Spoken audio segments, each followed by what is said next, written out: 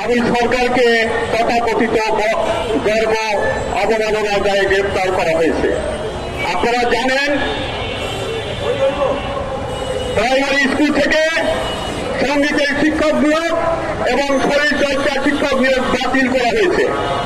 আপনারা জানেন, সারা দেশব্যাপী বাংলার আবহাওয়ান সংস্কৃতি, যাত্রা, পালা গান, বিচ্ছেদ গান, ধর্মী সঙ্গীত, বাউল গান কোথাও কোনো আয়োজন করতে দিচ্ছে না।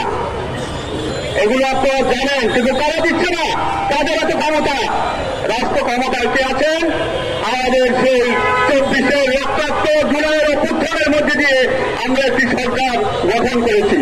সেই সরকার আজকে ক্ষমতায় ফেসিস্ট হাসিনাকে উচ্ছেদের মধ্যে দিয়ে আমরা মনে করেছিলাম একটি গণতান্ত্রিক, একটি জবাবদিহিমূলক এবং সর্বজনের স্বাধীনতা মূলক একটি রাষ্ট্র গঠন করব।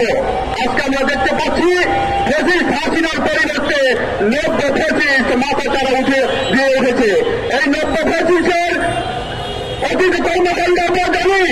আমরা জানি সেই মহান মুক্তিযুদ্ধের সময় 1971 সালে এই জমাত শিবির চক্র, এই মৌলবাদী চক্র সেদিন আমাদের মা বোনের ইজ্জত নিয়ে ছিনিমিনি খেলেছিল। আমাদের মুক্তিযোদ্ধা ভাইদেরকে পাকিস্তানিদের হাতে তুলে দিয়েছিল।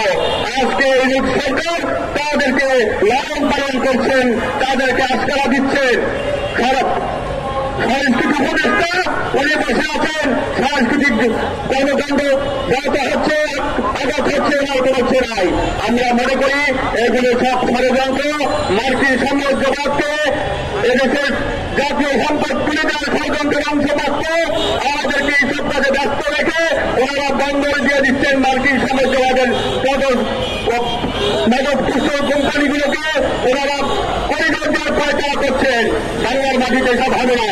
আমরা হাসিনাকে উচ্ছেদ করছি বুকের রক্ত দিয়ে। আমরা এই ফ্যাসিস্টের বিরুদ্ধে বুকের রক্ত দিয়ে উচ্ছেদ করবো, তাদেরকে প্রতিহত করবো। বন্ধুরা